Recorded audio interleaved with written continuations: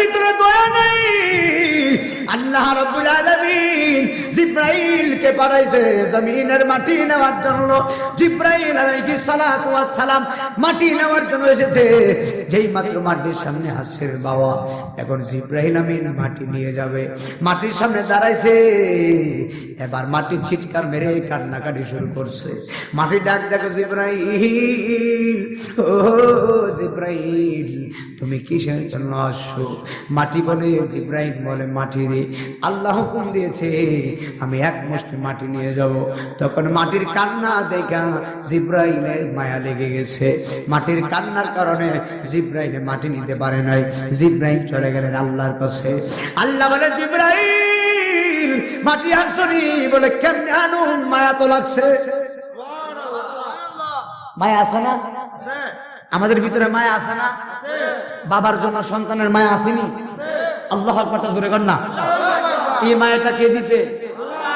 আল্লাহ দিছে। কে দিছে? আল্লাহ ডাক দেখো জিব্রাইল তুমি আনতে পারো না, এখন ইসরাফিল যাইয়া মাটি আনবে। ইসরাফিলকে আল্লাহ পাঠাইছে। ইসরাফিল মাটি আনতে গেলেন। বন্ধুরে আমার, এবার ইসরাফিল আলাইহিস সালাম মাটির কাছে। আরে যার বাবা হারাইছে বুঝে বাবার যন্ত্রণা। আরে জানি না কত মানুষের বাবা নাই, আজকে বাবার জন্য একটা করে চোখের পানি ফালাইবা, জোরে আল্লাহু আকবার বলে না। আরে আজরাইল আমি নাইমুদ্দিন আমার বাবার পাশে বসেছিলাম। 2 মিনিট আগে দেখছি বাবা নড়াচড়া করে, 2 মিনিট পরে দেখি বাবা নড়ে না। নড়বে কিভাবে? আজরাইলে বাবার রূহটা নিয়ে গেছে। এখানে আমি ওয়াজ করতেছি, বাড়িতে যাওয়ার পথে গাড়ির ভিতরে আমার মরণ হতে পারে।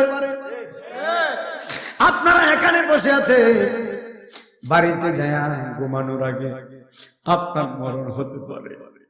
এমন হতে পারে আগামীকাল এমন সময় আপনি কবরে থাকবেন বা নিঃশ্বাসের কোনো বিশ্বাস নেই, একটা সেকেন্ডের কোনো গ্যারান্টি নেই। দুনিয়াতে আসার সিরিয়াল আছে, যাওয়ার কোনো সিরিয়াল নাই। কথা বলো বাবা, ঠিক না বেঠি? আর নিঃশ্বাসের বিশ্বাস কইরা গো আমি বাদলাম সাদে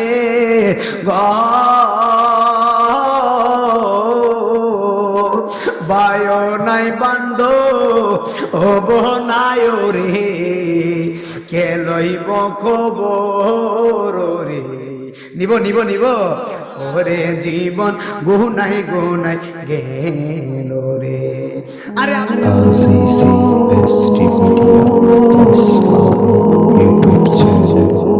ওরে আমার দেউরতের আব্বু শুনে যাও, ওরে আমার মহিলা মা, আরে পর্দানুসীন মা যারা শুনে মা, গভীর খেয়াল দিয়ে শুনে যাও। এই গ্রামে তুমি একদিন লাল বেনারসি শাড়ি পরে নতুন বেদু সেজে আসছিলা গো মা, আবার এই গ্রাম থেকে তুমি মারা যাইবা। এই গ্রামের মানুষ তোমারে লাল বেনারসি শাড়ি দিবে না, গ্রামের মানুষ তোমারে একটা শাড়ি পরাইব। এই শাড়ির রঙের নাম হলো সাদা রং। এই শাড়ির নাম তো শাড়ি না রে মা, এই শাড়ির নাম হলো মার্কিনের কাপড়। যেই দিন কাপড়ে ঢুকবা আর কোনো কাপড় পরার সুযোগ থাকবে না। সুযোগ আছে? আরে সুযোগ নাই। আমি নাইমুদ্দিন আজিজ এখানে এসেছি। আপনারা জানেন অনেকে যারা ইউটিউবে আমার ওয়াজ দেখেন, সব মাহফিলে এই কথা আমি বলি, আমার কিন্তু বাবা না। 11 বছর ধরে আমি আমার বাবার দেখি না। 11 বছর হয়েছে আমার আব্বা কবরে চলে গেছে। আমি জানি না গো, কে জানি আমার মতো বাবা হারাইতি। আমি জানি না কার জানি মা নাই। যার মা নাই তার মতো এতিম নাই আসিনি রে ভাই, যার বাবা নাই তার মতো এতিম দরদি আর কেউ নাই। কথা বলো ঠিক না বেটি? আজকে আপনারা 12তম মাহফিল সাজাইছে, আজকে আপনার বাবা খবর থেকে বলে পুত্রী বাড়িতে ঘুমাস না, মাহফিলে যা যাই আমি বাবার জন্য একটা ফোঁটা চোখের পানি নজরানা দিবি। তোর চোখের পানির কারণে আমার আল্লাহ রাব্বুল আলামিন আমার কবরটারে মাফ করতে পারে কি পারে না? আমি চলে যাব আমায় তোরা বইলা যায় না, আমি চলে যাব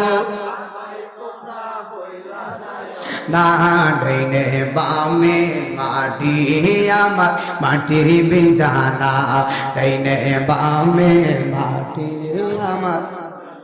একসাথে বলেন, আমি চলে যাব আমায় তোরা বইলা যায় না, আমি চলে যাব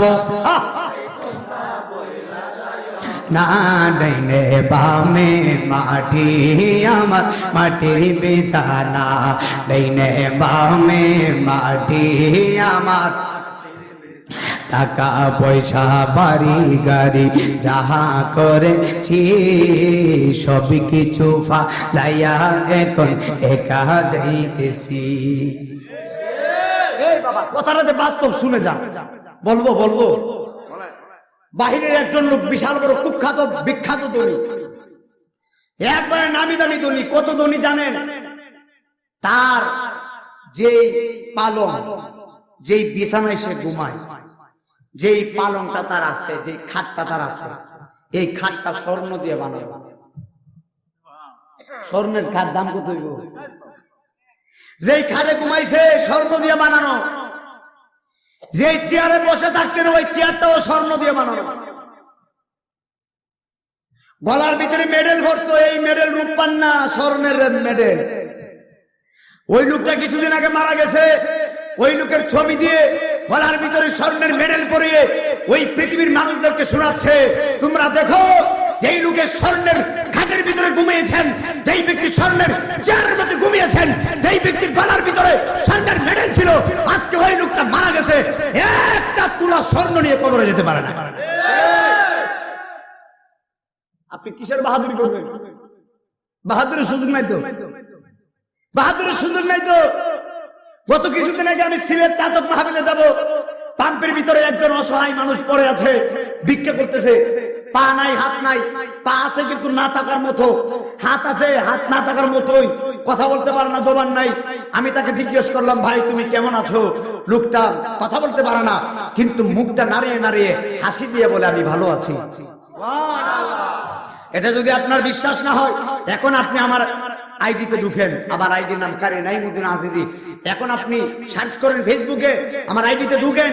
আইডিতে ঢুকার পরে দেখবেন আমি ভিডিও করে ছাড়ছি, মানুষদেরকে প্রমাণ করে দিছি, দেখো তোমাদের হাত আছে পা আছে, তোমরা শুকরিয়া করো না। আর এই বেচারার কিচ্ছু নাই, এরপরে বলে আল্লাহ আমারে ভালো রাখছে। আরে আমরা কি ইমানদার? কে তো সুদা। আমি জিজ্ঞেস করছি, তোমার কি কষ্ট হয়? তুমি তো এখানে সারাদিন বসে আছো, আমাদের তো জীবনও পারবো না এখানে সারাদিন বসে থাকবো। তুমি কই টাকায় পাও? এভাবে যে বসে আছো, আল্লাহ কি তোমার ভালো রাখছে? তুমি যেইভাবে আছো, যেই হালতে আল্লাহ তোমাকে রেখেছে, তুমি কি ওইভাবে ভালো আছো? ওয়াল্লাহি বিল্লাহি তাআলা আমার মাথায় পাগড়ি, বিশ্বাস করেন। এখন আমার আইডিতে ঢুকে দেখতে পারবেন, ওই ছেলেটা মুচকি হাসি দিয়ে বলে, হ্যাঁ আল্লাহ আমাকে ভালো রাখছে।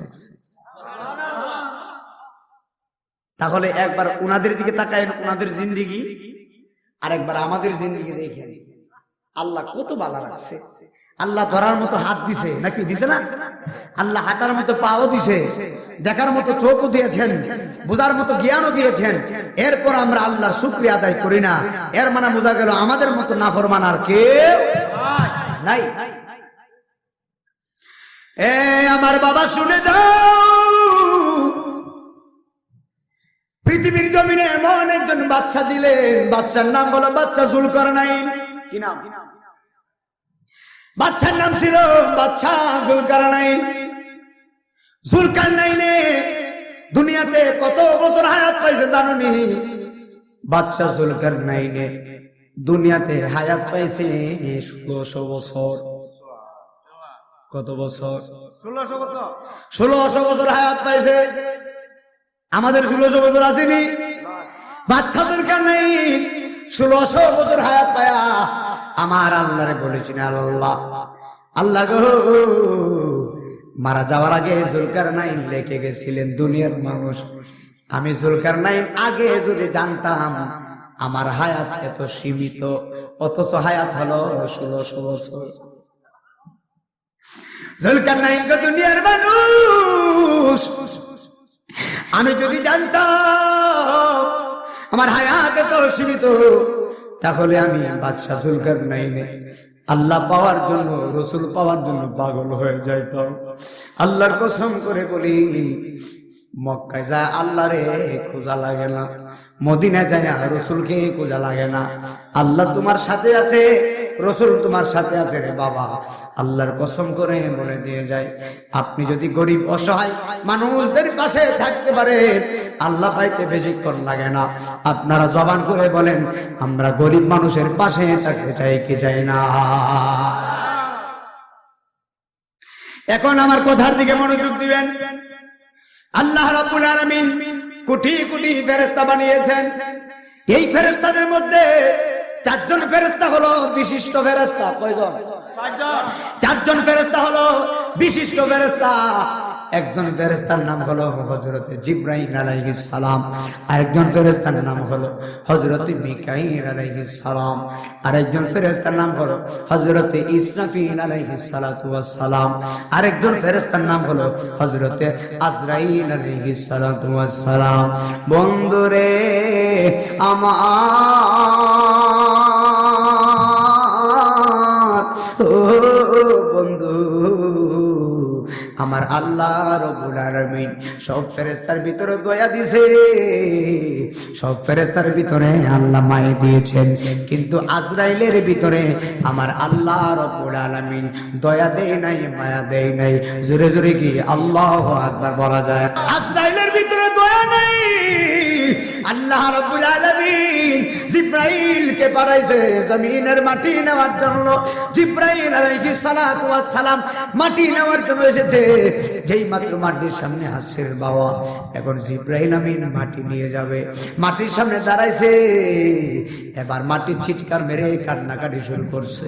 মাটি ডাক দেখো, জিবরাইল, ও জিবরাইল তুমি কিসের জন্য আসছো? মাটি বলে, জিবরাইল বলে, মাটি রে আল্লাহ হুকুম দিয়েছে আমি এক মুষ্টি মাটি নিয়ে যাব। তখন মাটির কান্না দেখা জিবরাইলের মায়া লেগে গেছে।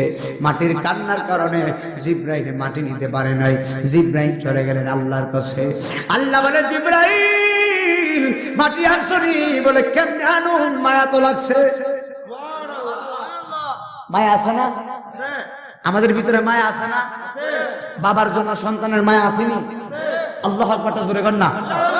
এই মায়াটা কে দিছে? আল্লাহ দিছে। কে দিছে? আল্লাহ ডাক দেখো, জিবরাইল তুমি আনতে পারো না, এখন ইসরাফিল যাইয়া মাটি আনবে। ইসরাফিলকে আল্লাহ পাঠাইছে। ইসরাফিল মাটি আনতে গেলেন। বন্ধুরে আমার, এবার ইসরাফিল আলাইহিস সালাম মাটির কাছে যেই মাত্র গেছে গো, মাটি চিৎকার মারা কই, ইসরাফিল গো তুমি কেন আসছো? বলে, মাটি নেওয়ার জন্য আসছি। সালামুন ইয়া হাবিবাল্লাহ, সালাতুন ইয়া রাসূলুল্লাহ, আলাইকুম সালামুন ইয়া, দেখা দাও ইয়া রাসূলুল্লাহ, দেখা দাও মেরে আকা মেরে মৌলা, দেখা দাও সালাতুন ইয়া রাসূলুল্লাহ, সালামুন ইয়া হাবিবাল্লাহ, আলাইকুম। আলহামদুলিল্লাহ। আচ্ছা, আপনাদের কষ্ট হচ্ছে বাপ? কষ্ট হচ্ছে? একটু আলোচনা করব, আমার ভাই আসবে ইনশাআল্লাহ, দোয়া করবো, অসুবিধা নাই। আপনারা কষ্ট নেন না, কিছুক্ষণ সময় ইনশাআল্লাহ আজিজ নবীর মহব্বতকে লাদে। আচ্ছা আচ্ছা, ঠিক আছে ঠিক আছে, একটু বসেন নবীর মহব্বতে। আসলে কারণ গেছে, সমস্যা নাই ইনশাআল্লাহ। তো জিব্রাইল মাটি নিতে পারে নাই, জিব্রাইলের অন্তরে মায়া দিছে কে? আল্লাহ। আমার বাবা শুনে যাও, জিব্রাইল মাটি নেয় না, ইসরাফিল গেলেন মাটি নেওয়ার জন্য। মাটি কান্নাকাটি করে, ইসরাফিল বলে না না না না না না, মাটি যেভাবে কান্না করে আমি ইসরাফিলে মাটি নিতে পারবো না। ইসরাফিলের দয়া লেগে গেছে, এবার ইসরাফিলে চলে গেলেন। আল্লাহ বলে জিব্রাইল পারে নাই, ইসরাফিল পারে নাই, এখন আমি মিকাইলকে পাঠাবো। হযরতে মিকাইল আলাইহিস সালাতু ওয়াস সালামকে আমার আল্লাহ রাব্বুল আলামিন মাটি নেওয়ার জন্য পাঠাইছে। বন্ধুরে আমার, ও বন্ধু, এবার মিকাইল আলাইহিস সালাম মাটি নেওয়ার জন্য আসে। মাটি বলে মিকাইল গো, জিব্রাইল নিতে পারে নাই, মায়ায় ভেঙে পড়েছেন। ইসরাফিল নিতে পারে নাই, মায়ায় ভেঙে পড়েছেন। এখন তুমি আসছো মাটি নেওয়ার জন্য। না না না না না, তুমি মাটি নিও না, আমরা একসাথে থাকি। এখন মিকাইলেরও মাটির জন্য মায়া লেগে গেলেন, মিকাইলও চলে গেলেন। আল্লাহ বলে মিকাইল তুমিও মাটি আনতে পারো নাই, এখন আমি এমন একটা ফেরেশতা রে পাঠাইবো, মাটি হাজার কান্না করলেও এই ফেরেশতা মাটির কান্নায় বলবে না। এই ফেরেশতার নাম হলো মালাকুল মউত আজরাইল। আর জবান খুলে কোন আল্লাহু আকবার। আরে আজরাইল সাধারণ কোন ফেরেশতা না। আল্লাহ বলে আজরাইল তুমি তাই মাটি নিয়ে আসো। আল্লাহু আকবার। মাটির কাছে আজরাইল গেছে। মাটির কাছে যাওয়ার পরে মাটি কান্নাকাটি করে। আজরাইল বলে মাটি না না না না, আমি জিব্রাইল না, আমি ইসরাফিল না, আমি মিকাইল না, আমার নাম হলো মালাকুল মউত আজরাইল। তুমি হাজার কান্না করলেও আমি তোমার মায়ায় ভেঙে পড়ব না, কারণ আমারে হুকুম এমন একজন দিয়েছে যিনি আমারে বানিয়েছেন, উনি হলেন মহান আল্লাহ। আর জবান খুলে কোন আল্লাহু আকবার। আমার কে হুকুম দিয়েছে? আল্লাহ হুকুম দিয়েছেন। তো আল্লাহ যদি হুকুম দেয়, আজরাইল বলতেছে আমার কাছে আমার আল্লাহর হুকুম হলো বড়। এখন আপনি আল্লাহর হুকুম কয়টা মানছেন? আমার দিকে তাকান। আমরা কি আল্লাহর হুকুম মানি? যেরকম এই যে আপনারা আমাকে দাওয়াত দিয়েছেন, আমি যেখানে এসেছি, এখন আপনারা সত্য করে বলুন আমরা আল্লাহর হুকুম মানি? এখানে বহুত মানুষ আছেন আজকে এশারের নামাজ পড়েন নাই, আছে না নাই? এখানে বহুত মানুষ আজকে মাগরিবের নামাজ পড়েন নাই, বহুত মানুষ আছেন ফজরের নামাজ পড়েন নাই, জোহরের নামাজ পড়ে। বাপ আল্লাহর কসম করে বলে দিয়ে যাই, জিন্দেগি চলে যাচ্ছে, কবরে যাবেন কি নিয়ে যাবেন? বাপ এই মাহফিলে খাস দিলে তওবা করেন, আর জীবনে গুনাহ। সামনে কি আসতেছে? আর কুজুরে রোজা রাখবেন তো ইনশাআল্লাহ? নাকি একটু গেস্টিকের দোহাই দিয়ে বাচ্চা যাবেন? গা আসেনি কিছু দোহাই দেবেন না? আপনাদের এদিকে নাই নাকি? আছে নাকি? মায়েরা লাগছে রে বাবা। একবার পর্দার ভিতরে বলে, কিসের ভিতরে? দোকানের ভিতরে পর্দা লাগায় না? হাই হাই, এই পর্দার ভিতরেই তো খাওন চলে, দিনেও চলে রাইতেও চলে। কথা বলে এখন আমি নাইমুদ্দিন আজি প্রশ্ন করি, রাত্রে খাক, রাত্রে তো আমিও খাই, সমস্যা নাই। হ্যাঁ, দিনে যে খাইতেছে তার কি লজ্জা শরম নাই? আসলে নাই, নাই তো। যদি থাকতো তাহলে তো জীবনে ঢুকতো না বাবা, ঠিক আছে নি? এখন আমি অনুরোধ করে বলি, আমি একজনকে বলছিলাম, কিরে বাবা আপনি রোজা কেন রাখেন না? বলে হুজুর আমার জন্য তো রোজা। রোজা বলে হের জন্য। তা আমাকে রোজা খাল লাগে, হুজুর আমার তো একটু গ্যাস্ট্রিকের ঝামেলা আছে, এই জন্য রোজাটা রাখতাম পারি না। তবে ইনশাল্লাহ রাখবো নে বলে। তাহলে এখন থেকে নিয়ত করতে হবে আমরা রোজা রাখবো তো ইনশাল্লাহ। আরেকটু জোরে কর। তবে আরেকটা ধন্যবাদ জানানো লাগে, আমার মহিলা মা বোনদেরকে, আমার মহিলা মারা আলহামদুলিল্লাহ রোজা রাখার মধ্যে কিন্তু 1 নাম্বার, ঠিক কিনা? এটা যদি এখন যদি বলেন যে হুজুর মনে হয় মহিলাদের পক্ষে গেছে, না পক্ষে না, এটা বাস্তব কথা। বাস্তব কি, আমার দেশের বেশিরভাগ মহিলারা দেখবেন নফল রোজাই ভাঙে না। রমজানের রোজা তো প্রশ্নই উঠে না, মহিলারা রোজা রাখার মধ্যে এটার জন্য স্যালুট জানায় আলহামদুলিল্লাহ। আমার দেশের মহিলারা রোজা রাখে, তবে আমার মা বোনদেরকে বলে দিয়ে যায়, মা রোজা রেখেছেন ভালো কথা, নামাজও পড়তে হবে। রোজা রেখেছেন ভালো কথা, হালাল পথে চলতে হবে। আপনি যদি নামাজ রোজা করে হালাল পথে চলে আল্লাহকে ভয় করে চলতে পারেন, আপনার পেট থেকে যেই সন্তানটা দুনিয়াতে আসবে ওই সন্তানটা বায়েজিদ বুস্তামির মতো আল্লাহর ওলি হয়ে যাবে। আমার বাবা শুনে যাও, হযরত আজরাইল মাটির কাছে গেছে, জোরে বলেন আল্লাহু আকবার। মাটির কাছে যাওয়ার পরে মাটি বলে, আজরাইল আমাদেরকে নিও না। মাটির কান্নায় বান ভেঙে পড়ে নাই। আজরাইল বলে, না, হাজার কান্না করলো কি হলো, কারণ আছে সালাতুন ইয়া রাসূলুল্লাহ সালামুন ইয়া সালাতুন ইয়া রাসূলুল্লাহ আলাইকুম সালামুন ইয়া সালাতুন ইয়া রাসূলুল্লাহ আলাইকুম সালামুন ইয়া।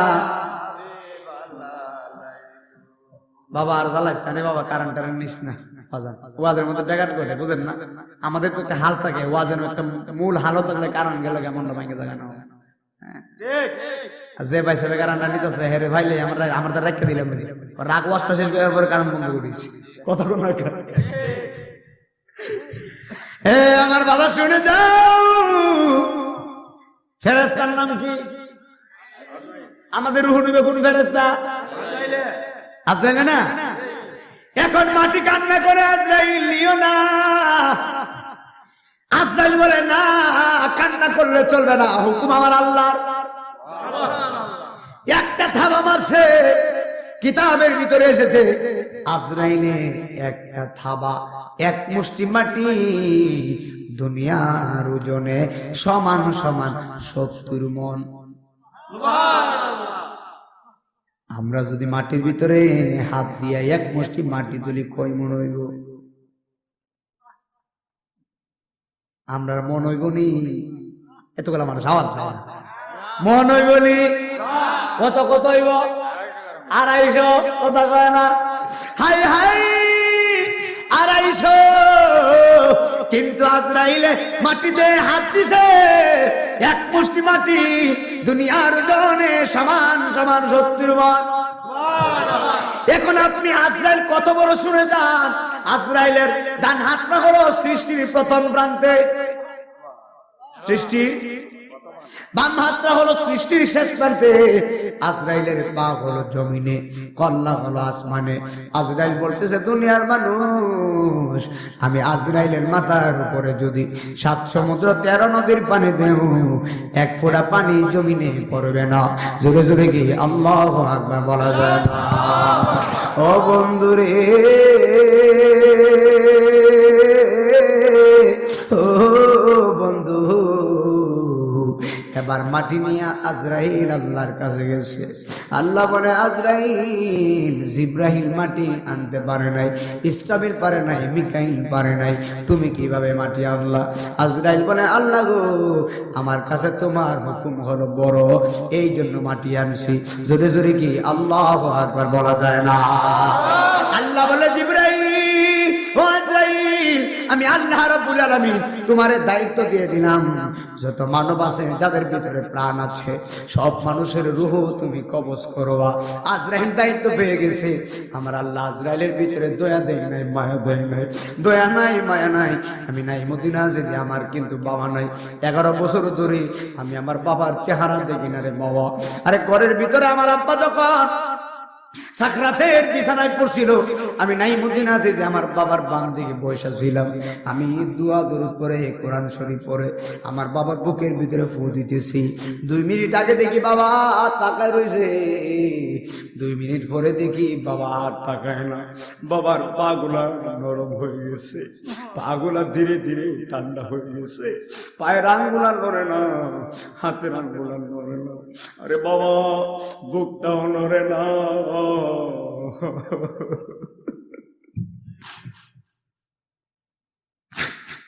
আরে যার বাবা হারাইছে বুঝে বাবার যন্ত্রণা।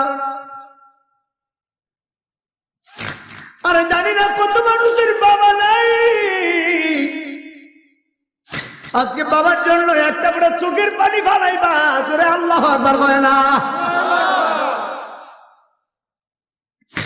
আরে আজরাইল, আমি নাইমুদ্দিন আমার বাবার পাশে বসেছিলাম। 2 মিনিট আগে দেখছি বাবার নড়াচড়া করে, 2 মিনিট পরে দেখি বাবা নড়ে না। নড়বে কিভাবে? আজরাইলে বাবার রূহটা নিয়ে গেছে।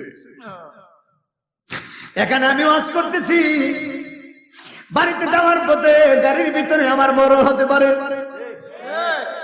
আপনারা এখানে বসে আছে, বাড়িতে যায় ঘুমানোর আগে আপনার মরণ হতে পারে। এমন হতে পারে আগামীকাল এমন সময় আপনি কবরে থাকবেন বা নিঃশ্বাসের কোনো বিশ্বাস নেই, একটা সেকেন্ডের কোনো গ্যারান্টি নেই। দুনিয়াতে আসার সিরিয়াল আছে, যাওয়ার কোনো সিরিয়াল নাই। কথা বলো বাবা, ঠিক না বেঠি? আর নিঃশ্বাসের বিশ্বাস কইরা গো আমি বাদলাম সাথে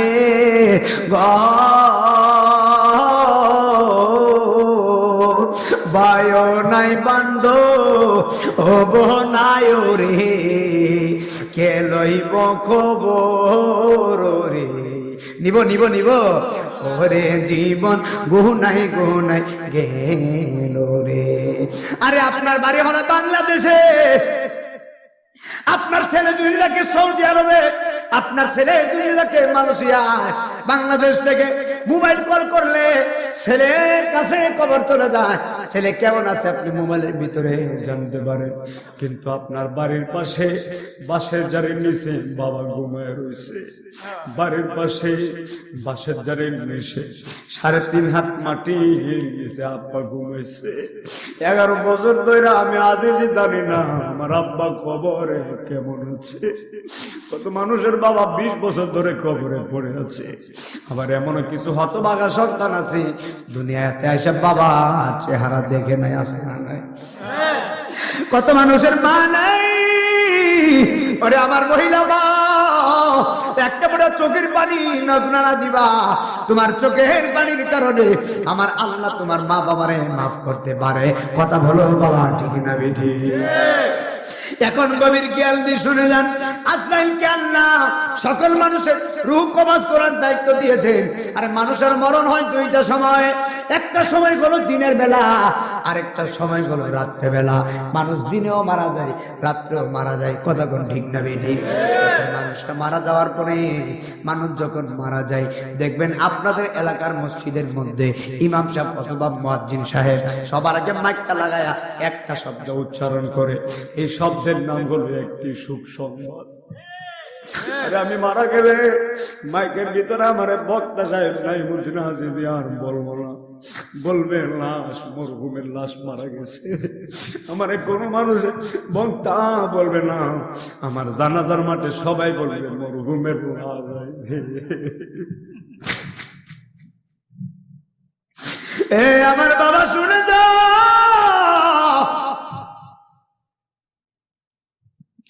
মানুষের মরণ হয় 2টা সময়ে, দিনেও মানুষ মারা যায়, রাত্রেও মানুষ মারা যায়। কথা বলেন ঠিক না বেঠিক? মানুষের সবচাইতে একদম কম কষ্টের মরণটা, সবচাইতে কম কষ্টের মরণ কতটুকু কষ্ট জানেননি? একেবারে সবচাইতে কম কষ্ট কিতাবের নাম হলো বাহারে শরীয়ত, লেখকের নাম আল্লামা মুফতি আমজাদ আলী আজমি রহমতুল্লাহি আলাইহি। মুফতি আমজাদ আলী লেখে মানুষের সাধারণ মরণ কতটুক যন্ত্রণা জানুনি, একেবারে সাধারণ মরণ। জীবন্ত একটা বকরিকে জবাই না কইরা এই বকরিটার মাথাটা নিচের দিকে দিয়া, জীবন্ত বকরি মাথাটাকে নিচের দিকে দিয়া এই বকরির পা গুনারে উপরে ঝুলাইয়া বকরির শরীরের চামড়া জীবন্ত অবস্থায় টাইনা ঝুলাইয়া, কি অবস্থায়, কি অবস্থায়, জীবিত অবস্থায়। জবাই করা এক জিনিস, মারা গেছে চুলাইছে, কিন্তু জবাই করার আগে হলো আরেক জিনিস। আমি নাইমুদ্দিন আছি যদি ব্লেড দিয়ে, বাবা কথা বলেন না, ব্লেড দিয়ে যদি আমার হাতের চামড়া কেটে যদি এই চামড়া টান দিই কেমন হইব? ব্যথা লাগতো না? আর জীবন্ত বকরি মাথা নিচের দিকে দিয়া উপরে পা ঝুলাইয়া বকরি শরীরের চামড়াটা চুলাইয়া টেনে টেনে, শুধু চুলাইলেন টাইনা টাইনা, আবার বকরি শরীরের ভিতরে লবণ আর মরিচ দিবেন। আল্লামা আমজাদ আলী বলে জীবন্ত বকরির শরীরের চামড়া চুলাইয়া লবণ মরিচ দিলে বকরির যত কষ্ট হয় এর চাইতে 70 গুণ বেশি কষ্ট মরণের। বিছনার ভিতরে কত মানুষ পইড়া রয়েছে, কত কষ্ট করে রে বাবা, যার ব্যথা সে বুঝে। কথা কোন ঠিক? আরে আমার দেশের মহিলারা সাকরাতের বিছানায় যে লোকটা বসে, আমার দেশের মা বোনরা দেখবেন চামিচ দিয়া মুখের ভিতরে পানি দেয়, এই পানিটা মুখের ভিতরে যায় না রে বাবা, এই পানিটা এই দিকটা বায়া বায়া পড়ে যাবে। কেন যাবে? একটা মাত্র কারণে, সাকরাতের বিছানায় যেই লোকটা বসে আমার আল্লাহ রাব্বুল আলামিন তার পানির দরজার মধ্যে তালা মাইরা দিছে। হাজার পানি দিলেও এক ফোঁটা পানি জমিনে তার মুখের ভিতরে যাবে না। জোরে জোরে কি আল্লাহু আকবার বলা যায় না? আরে 70 গুণ বেশি কষ্ট যদি একটা সাধারণ মরণের হয়, আমার দেশে বহুত মানুষ মরণের সময় বিছানায় প্রস্রাব করছে, করছিনি বহুত মানুষ মরণের কষ্টে, আমার দেশে বহুত মানুষ বিছানায় পায়খানা করছে, মরণের যন্ত্রণায় বহুত মানুষ জিহ্বায় কামড় মারছে, মরণের যন্ত্রণায় চেহারা বিকট হয়ে গেছে। দেখবেন কিছু কিছু মানুষ মারা গেলে মানুষটারে দেখতে গেলে বড় ভয় লাগে, বড় ভয়ানক মরণ হয়েছে। আর কিছু কিছু মানুষ আছে দেখবেন দেখতে গেলে শুধু দেখবার মন চায়, যেন ঘুমায় রয়েছে।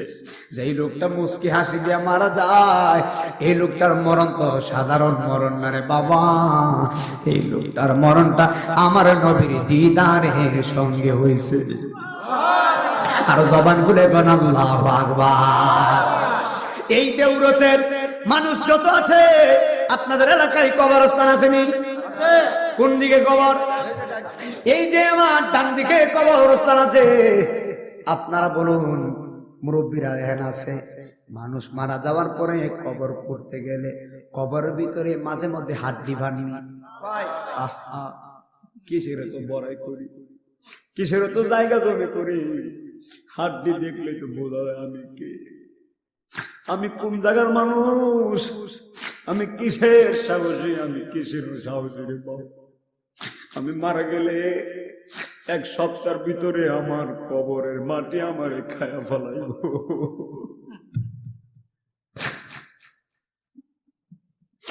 এ আমার বাবা শুনে যাও, আল্লাহ বলবে আজরাইল দেউরতে আমার একজন বান্দা আছে, তার রুহটা তুমি কবজ করে নিয়ে আসো। কি নিয়ে আসো? রুহটা কবজ করে নিয়ে আসো। আজরাইল বলবে, আল্লাহ বলবে আজরাইল, দেউরতে তো করেন না, আজরাইল আল্লাহ বলবে আজরাইল তুমি যে দেউরতে যাচ্ছ সাবধান, যেই বান্দার রুহটা কবজ করতে চাইতেছো এই বান্দারা কিন্তু আমি আল্লাহর পাগল। কার পাগল? আল্লাহর পাগল যারা, তারা আর কোন টেনশন আছে? নবীর প্রেমী কেরা দিশাহারা মরণের বই মরে না প্রেম তো মরে না।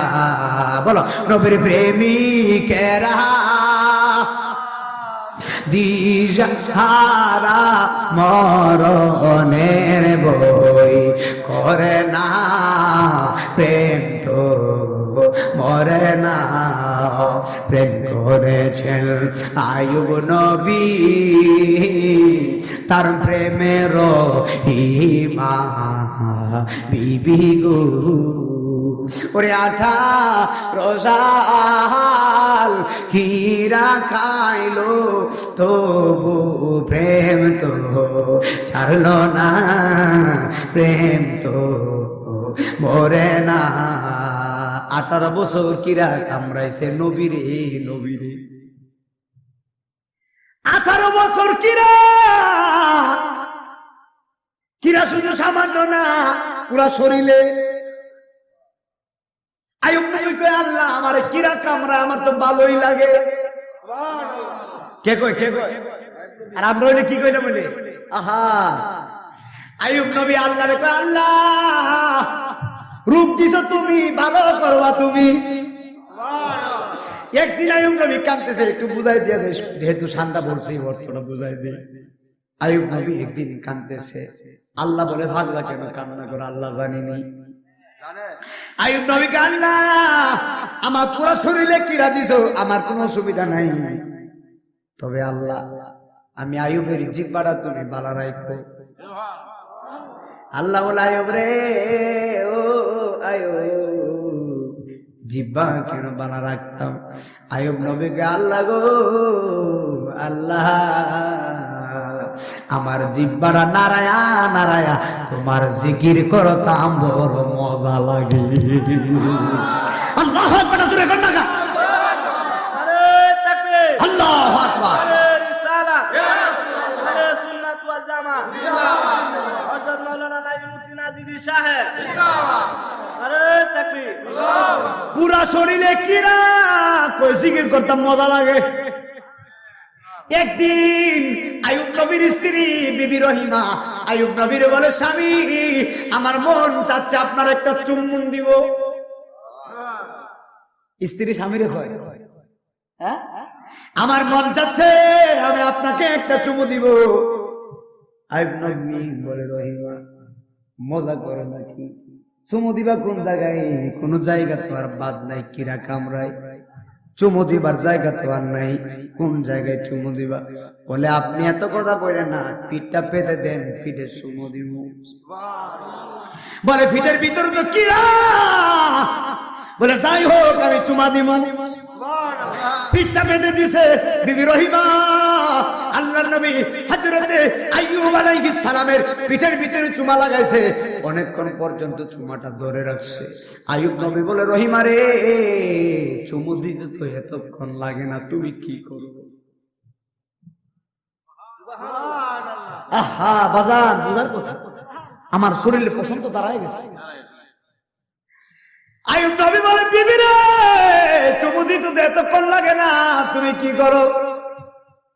রহিমা বলে স্বামী আমি আপনার চুমু দেই না চুমুর বান ধরছি ও স্বামী আপনার চুমুর বান দই না আপনার পিঠের ভিতরে আমি রহিমা দুইটা চুপ লাগাই একটা টান মারছি আপনার পিঠের ভিতরে কিরা গর্ত বানাইছে আমি সুমা দিয়া টাইনা টাইনা পিঠের কিরা গুলো বের করতেছি। আল্লাহু আকবার কবিরা স্বামীর খেদমত কারে বলে খেদমত কাকে বলে এত সোজা আল্লাহর নবী রহিমা বলে সবাই আমাকে ঘৃণা করে চলে গেছে আর তুমি আমার চুমু দিতেছো খেদমত করো।